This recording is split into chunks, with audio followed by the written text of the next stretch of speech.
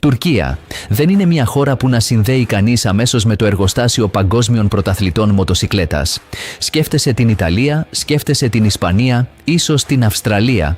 Αλλά στους πολυσύχναστους δρόμους της Κωνσταντινούπολης, ανάμεσα στον θόρυβο του Βοσπόρου και τη μυρωδιά του φρέσκου τσαγιού, ένα παιδί έμαθε ένα μάθημα που καμία ακαδημία επαγγελματικής οδήγησης δεν θα μπορούσε να διδάξει. Έμαθε να επιβιώνει. Ενώ οι μελλοντικοί πρωταθλητές του MotoGP έκαναν τους πρώτους γύρους τους σε αποστηρωμένες πίστες με τις μίνι μοτοσικλέτες τους, ένας τύπος, ο Τόπρακ Ραζγκατλιόγλου, έκανε κάτι πολύ πιο επικίνδυνο. Κρατιόταν από τη μέση του πατέρα του, Άριφ, ενώ αυτός έκανε παράνομες ακροβατικές κινήσεις στο ολισθηρό οδόστρωμα της Τουρκίας. Αυτό δεν είναι ο πρόλογος ενός κοινού οδηγού αγώνων. Αυτό είναι η προέλευση ενός μονομάχου. Μιλώντας για προελεύσεις, από πού νομίζεις ότι προέρχεται ο πιο επιθετικός οδηγός του πλανήτη? Πες μου με μία μόνο λέξη, δρόμος ή σχολή. Γράψε οδός αν πιστεύεις ότι η άγρια άσφαλτος σε κάνει πιο γρήγορο, ή σχολείο αν νομίζεις ότι οι πίστες είναι τα πάντα. Και αφού δίνεις μάχη εκεί κάτω, πάτησε το κουμπί για εγγραφή. Γιατί αυτό μόλις αρχίζει και δεν θα θέλεις να χάσεις τη στροφή με την πιο κλειστή γωνία σε αυτή την ιστορία. Ο Αρίφ Ραζγκάτλιογλου δεν ήταν ένας συμβατικός προπονητής. Ήταν ένας άντρας που κέρδιζε τη ζωή του κάνοντας ακροβατικά με μοτοσικλέτα για εκδηλώσεις στους δρόμους. Για αυτόν, η μοτοσικλέτα δεν ήταν μέσο μεταφοράς. Ήταν μια προέκταση του σώματός του. Φαντάσου τη σκηνή. Ο Τόπρακ, μόλις 6 ετών, πάνω σε μια μίνι κρος, γυρνώντας σε κύκλους, ενώ ο πατέρας του φωνάζει οδηγίες στα τουρκικά. «Φρέναρε αργότερα, κλείσου το κεφάλι, κοίτα εκεί που θέλεις να πας, όχι προς το δέντρο». Αλλά το πιο σημαντικό μάθημα δεν ήταν τεχνικό, ήταν ψυχολογικό. Στους δρόμους της Τουρκίας, αν πέσεις, δεν υπάρχουν επίτροποι με κίτρινες σημαίες. Υπάρχουν αυτοκίνητα, υπάρχουν πεζοδρόμια. Υπάρχει ντροπή. Ο Αρίφ δίδαξε τον γιο του ότι η βρωμιά, η σκόνη και η ολίσθηση είναι φίλοι. Στα 9 του χρόνια, ο Τόπρακ έκανε ήδη ελεγχόμενες ολισθήσεις με τη βροχή της Κωνσταντινούπολης ως μοναδική πίστα. Ενώ οι συμμαθητές του έπαιζαν ποδόσφαιρο, αυτός εξασκούσε πώς να σηκώνει τον μπροστινό τροχό σε μια διάβαση πεζών. Φαινόταν τρελό. Και ήταν. Αλλά αυτή η τρέλα είχε μια μέθοδο. Η καθοριστική στιγμή ήρθε όταν ο πατέρας του τον πήρε να δει έναν τοπικό αγώνα. Ο Τόπρακ είδε τους οδηγούς να φρενάρουν σε ευθεία γραμμή, σαν ρομπότ. Και γυρίζοντας προς τον πατέρα του, είπε τη φράση που θα άλλαζε τη μοίρα του. «Μπαμπά, φρενάρουν πολύ νωρίς. Θα μπορούσα να τους περάσω από μέσα χωρίς να αγγίξω το φρένο». Ο Άριφ χαμογέλασε. Δεν ήταν αλαζονία αυτό που έβλεπε στα μάτια του γιού του. Ήταν καθαρό ένστικτο. Σύντομα, το Red Bull Rookies Cup άνοιξε τις εγγραφές του. Ήταν η πόρτα εισόδου στο παγκόσμιο πρωτάθλημα. Αλλά υπήρχε ένα πρόβλημα. Η Τουρκία δεν είχε εκπροσώπους. Οι Ευρωπαίοι έβλεπαν τους Τούρκους ως εξωτικούς. Καλούς για τουρισμό, όχι για να κερδίζουν αγώνες. Ο Τόπρακ έφτασε στο ραντεβού με ένα δανεισμένο κράνος και μια μοτοσικλέτα που έμοιαζε να έχει βγει από ένα συνεργείο. Οι επίτροποι σήκωσαν τα φρύδια. Τα άλλα παιδιά, πλούσια, με στολές εργοστασίου, γέλασαν. Μέχρι που βγήκε στην πίστα. Στον πρώτο γύρο των δοκιμών, ο Τόπρακ πέρασε 7 αναβάτες από το εξωτερικό σε μια δεξιά στροφή, με τον αγκώνα του να ακουμπάει το άσφαλτο και τον πίσω τροχό να χορεύει σαν φίδι.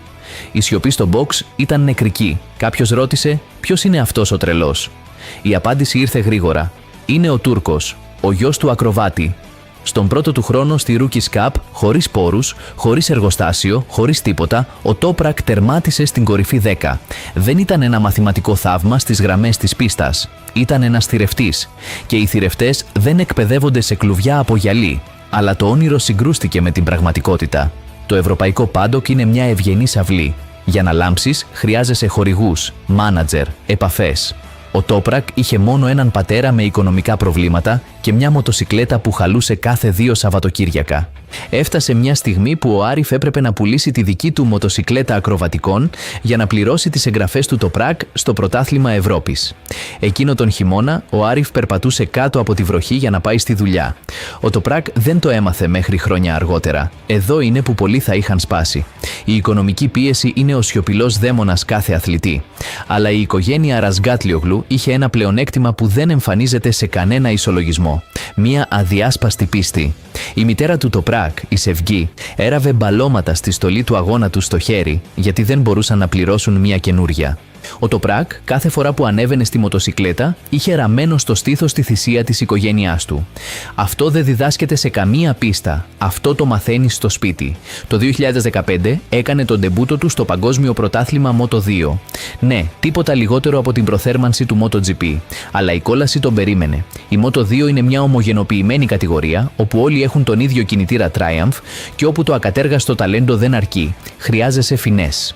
Ο Τοπράκ ήρθε σαν ταύρος σε ιαλοπολείο. Επιτάχυνε πολύ νωρίς, φρέναρε πολύ αργά και έπεσε περισσότερες φορές από όσες πέρασε τη γραμμή τερματισμού. Τα αποτελέσματά του: 2 πόντοι σε όλη τη σεζόν. 0. Ήταν ένα πολύ σκληρό χτύπημα. Πολλοί αναβάτες μετά από αυτή την αποτυχία επιστρέφουν σπίτι, ανοίγουν μια επιχείρηση και διηγούνται μάχες νεότητας. Αλλά ο Τοπράκ όχι. Γιατί στο DNA του υπάρχει ένα γονίδιο που δεν καταλαβαίνει από ήττες, το γονίδιο της τουρκικής υπερηφάνειας. Κάλεσε τον πατέρα του και του είπε: «Αυτό δεν είναι για μένα. Η Moto2 είναι πολύ ήπια. Χρειάζομαι μια μοτοσικλέτα που να γριλίζει. Χρειάζομαι Superbikes». Ο Άριφ, στην άλλη άκρη του τηλεφώνου, χαμογέλασε ξανά. Ήξερε ότι ο γιος του είχε βρει το αληθινό του περιβάλλον.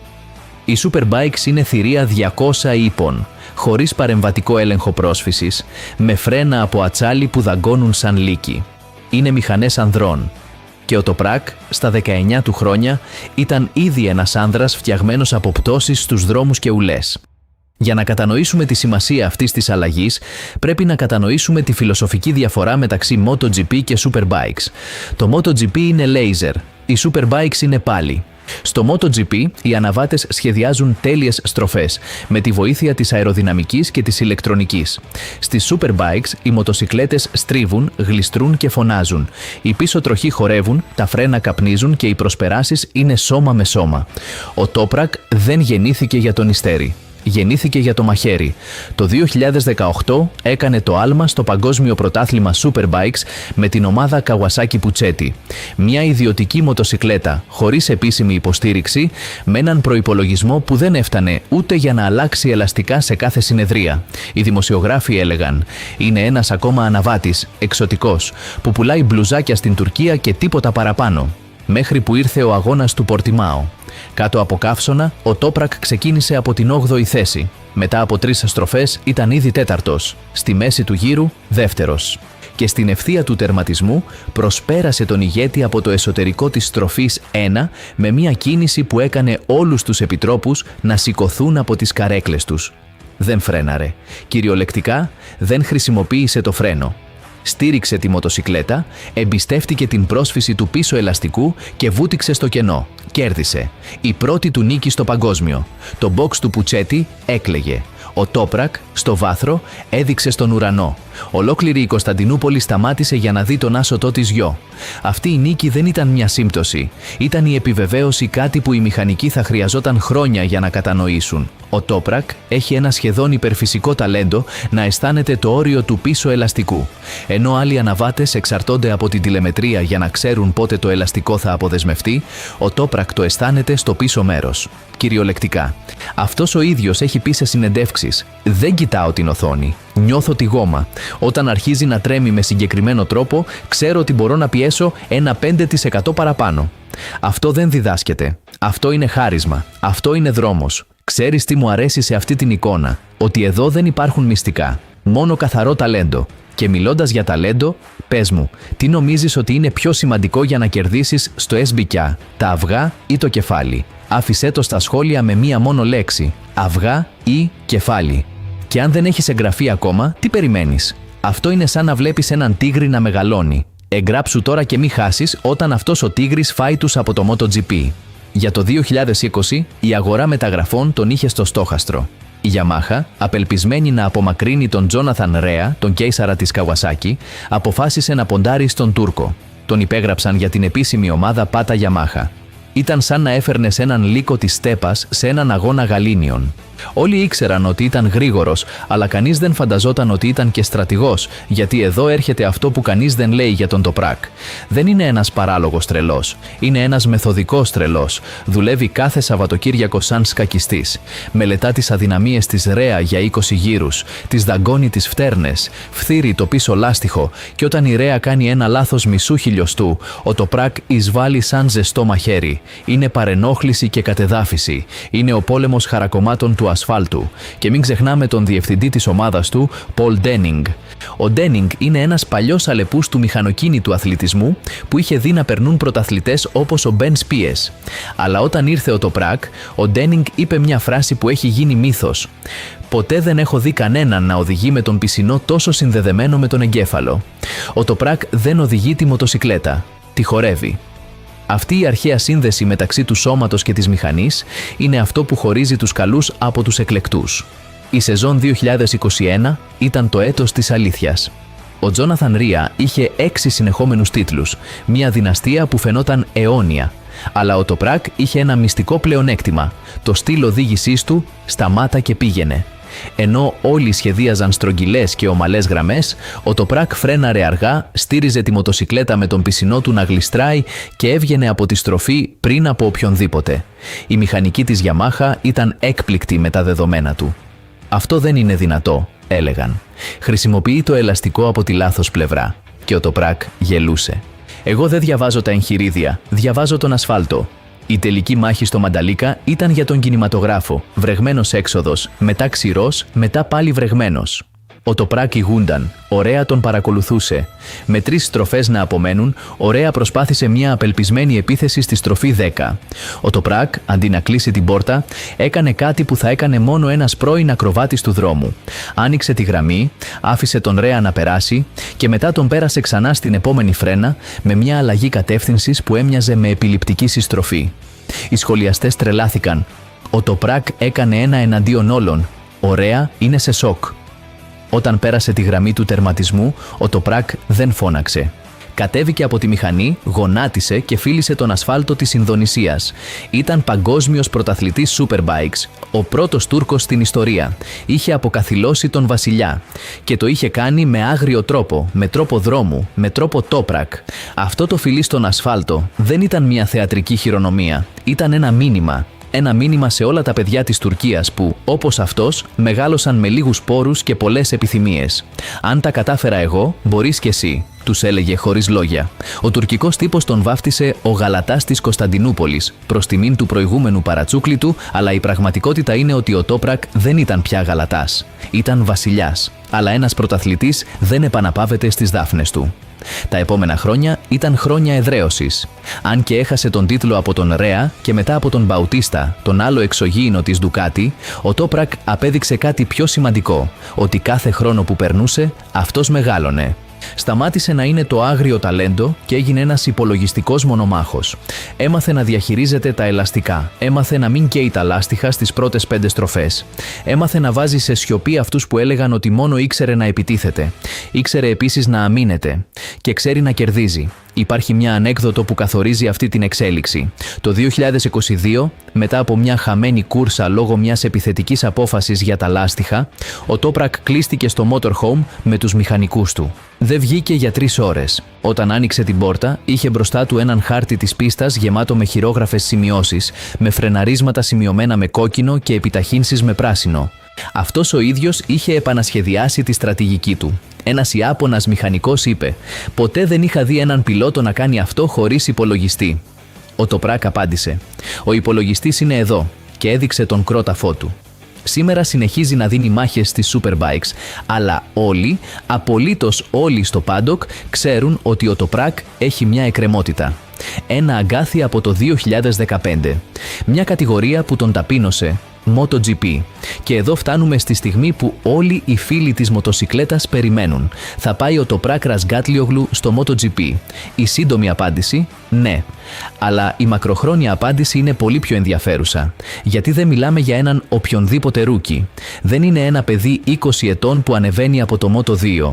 Είναι ένας πρωταθλητής Superbikes 27 ετών με την ψυχραιμία ενός σταυρομάχου και την επιθετικότητα ενός pitbull. Για χρόνια μιλούσαν ότι ο Τοπράκ προκαλούσε φόβο στις ομάδες του MotoGP, όχι για το ταλέντο του, αλλά για το μέγεθός του. Έχει ύψος 1,80 και ζυγίζει σχεδόν 80 κιλά. Σε μια MotoGP όπου κάθε γραμμάριο μετράει, αυτό είναι ένα βάρος. Επιπλέον, το επιθετικό του στυλ τρομάζει τους μηχανικούς. Θα σπάσει τον κινητήρα, θα καταστρέψει τα ελαστικά. Αλλά ο κόσμος αλλάζει. Τώρα, με την έλευση των πιο βαριών μοτοσικλετών, με περισσότερη ηλεκτρονική και με την ανάγκη για χαρακτήρες στο θέαμα, ο Toprak είναι πιο ελκυστικός από ποτέ. Επιπλέον, υπάρχει ένας παράγοντας που κανείς δεν αναφέρει, η ωριμότητα. Ο Toprak του 2018 δεν ήταν έτοιμος για MotoGP. Θα είχε πέσει σε κάθε στροφή. Αλλά ο Toprak του σήμερα είναι ένας ολοκληρωμένος αναβάτης. Ξέρει πότε να επιτεθεί και πότε να κρατήσει. Ξέρει ότι ένας αγώνας MotoGP δεν κερδίζεται στον πρώτο γύρο, αλλά στον τελευταίο. Και, πάνω απ' όλα, ξέρει ότι το στυλ του καμικάζι χρειάζεται μία μικρή προσαρμογή. Έχει ήδη αποδείξει στις Superbikes ότι μπορεί να είναι υπομονετικός. Γιατί να μην το αποδείξει και στο MotoGP? Οι φήμες είναι επίμονες. Η BMW θέλει να τον ανεβάσει στο MotoGP. Η γερμανική μάρκα επενδύει εκατομμύρια στο πρόγραμμα πρωτοτύπων της και θέλουν τον Toprak ως ναυαρχίδα τους. Όχι απλά ως έναν οδηγό, αλλά ως έναν παγκόσμιο πρεσβευτή. Η Τουρκία είναι μια αναδυόμενη αγορά 85 εκατομμυρίων ανθρώπων. Το να έχεις έναν Τούρκο πρωταθλητή στη σχάρα του MotoGP είναι μια σίγουρη επιχείρηση. Αλλά για τον Toprak τα χρήματα είναι δευτερεύοντα. Θέλει να αποδείξει κάτι. Θέλει να αποδείξει ότι ένα παιδί από τους δρόμους της Κωνσταντινούπολης που έμαθε να οδηγεί αποφεύγοντας ταξί και κάνοντας παράνομες κολοτούμπες μπορεί να καθίσει στην ίδια σχάρα με τους Μαρκ Μάρκες, Πέκο Μπανιάγια και Χόρχε Μαρτίν. Θέλει να αποδείξει ότι ο πραγματικός δρόμος δεν είναι ο μόνος δρόμος. Πώς μπορείς να φτάσεις στον παράδεισο χωρίς να περάσεις από την Ακαδημία? Φαντάσου τον πρώτο αγώνα του Toprak στο MotoGP. Εκκίνηση από την 8η σειρά γιατί ποτέ δεν έχει δοκιμάσει τα ελαστικά Michelin από άνθρακα. Στην πρώτη στροφή, ενώ οι άλλοι τρομάζουν, αυτός βάζει τη μοτοσικλέτα εκεί που κανείς δεν τολμά. Ο Μπαγνάια γυρίζει και σκέφτεται. Ποιος είναι αυτός ο τρελός? Είναι ο Τούρκος. Ο γιος του ακροβάτη. Αυτός που δεν ξέρει να φρενάρει. Αυτός που ξέρει μόνο να επιτίθεται. Θα κερδίσει αγώνες. Πιθανόν. Τίτλους. Είναι νωρίς. Αλλά αυτό που είναι σίγουρο είναι ότι το τσίρκο του MotoGP χρειάζεται έναν τέτοιο χαρακτήρα. Κάποιον που δεν κοιτάζει την τηλεμετρία. Κάποιον που οδηγεί με τον πισινό και το ένστικτο. Κάποιον που μας θυμίζει ότι στο τέλος η μοτοσικλέτα δεν είναι μόνο μηχανική. Είναι πάθος. Είναι ρίσκο. Είναι ζωή. Και ας μην μιλήσουμε μόνο για τον ανταγωνισμό. Ας μιλήσουμε για το θέαμα. Οι πίστες είναι γεμάτες από τέλειους αναβάτες που κάνουν ίδιους γύρους ο ένας μετά τον άλλο, σαν ρομπότ. Ο Toprak είναι η αντίθεση. Κάθε γύρος του είναι διαφορετικός. Μερικές φορές ξεπερνάει το φρένο, μερικές φορές μπαίνει πολύ δυνατά, μερικές φορές κάνει μια αδύνατη προσπέραση. Είναι απρόβλεπτος. Και η απροβλεψιμότητα, σε ένα άθλημα που γίνεται όλο και πιο προβλέψιμο, είναι καθαρός χρυσός. Οι διοργανωτές του MotoGP το ξέρουν. Οι χορηγοί το ξέρουν. Και το κοινό, κυρίως το κοινό, το ξέρει. Υπάρχει μια ενδιαφέρουσα πληροφορία που λίγοι γνωρίζουν.